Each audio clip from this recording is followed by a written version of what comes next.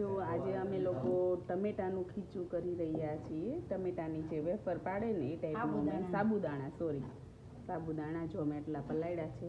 પછી અમે આ ટામેટાનું મિક્સરમાં ક્રશ કરી નાખશું અને એટલા જ અમે બટેકા નાખશું. 5 કિલોમાં આટલા બટેકા અમે એડ કરવાના છીએ. જોઈ શકો છો સાબુદાણા એકદમ સરસ રીતે પલળી ગયા છે. ચલો તો આપણે શરૂ કરીએ.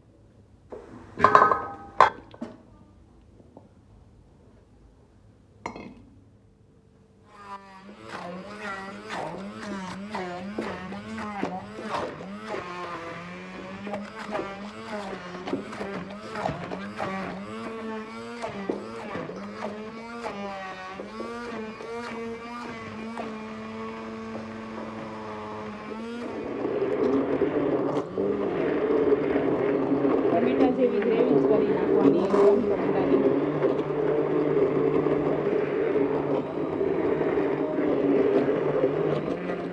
ચલો આ ગ્રેવી થઈ ગઈ છે.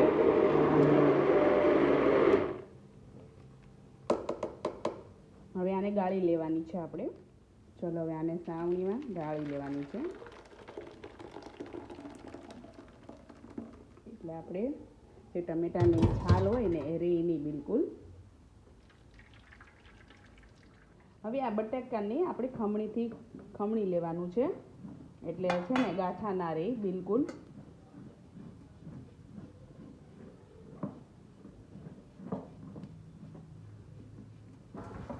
આ રીતે સરસ એવું ક્રશ થઈ જાય.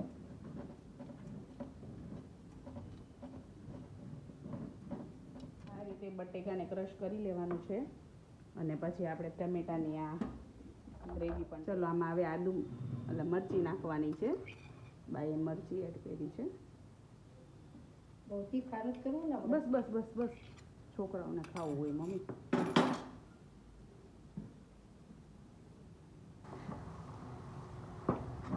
હવે બટાકા નાખો થોડા પછી રાખો. ચલો હવે આમાં થોડુંક બટેકું એડ કરવાનું છે અને લાસ્ટમાં આપણે ટમેટાનું પાણી એડ કરશું.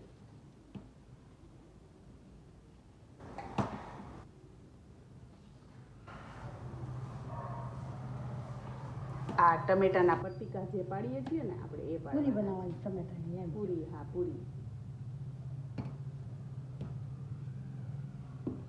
ચલો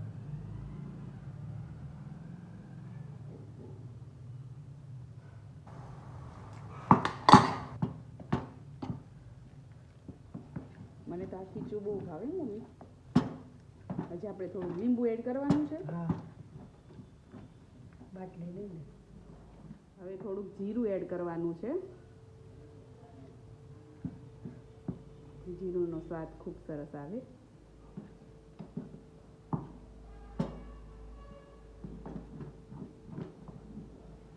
ચલો મમ્મી લાવો. આમાં લીંબુ એડ કરવાના છે.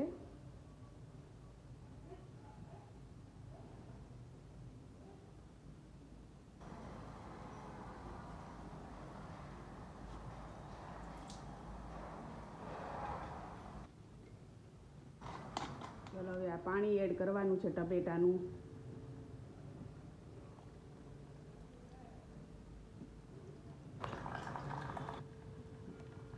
એટલે ટમેટાના પતીકા પાડવાના છે સરસ એવા.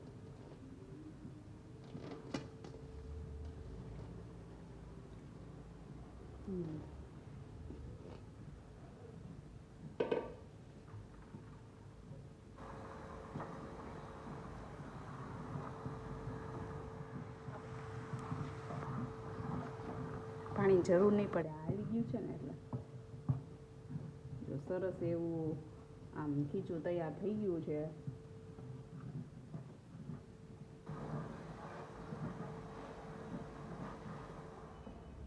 બા પતીકા પાડવા માંડ્યા છે. હવે પૂરી બનાવવા માંડ્યા છે બા.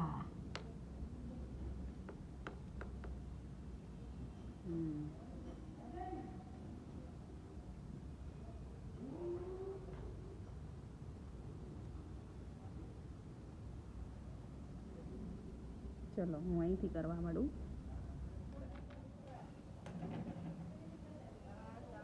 ચલો આ મેં પાડ્યા છે.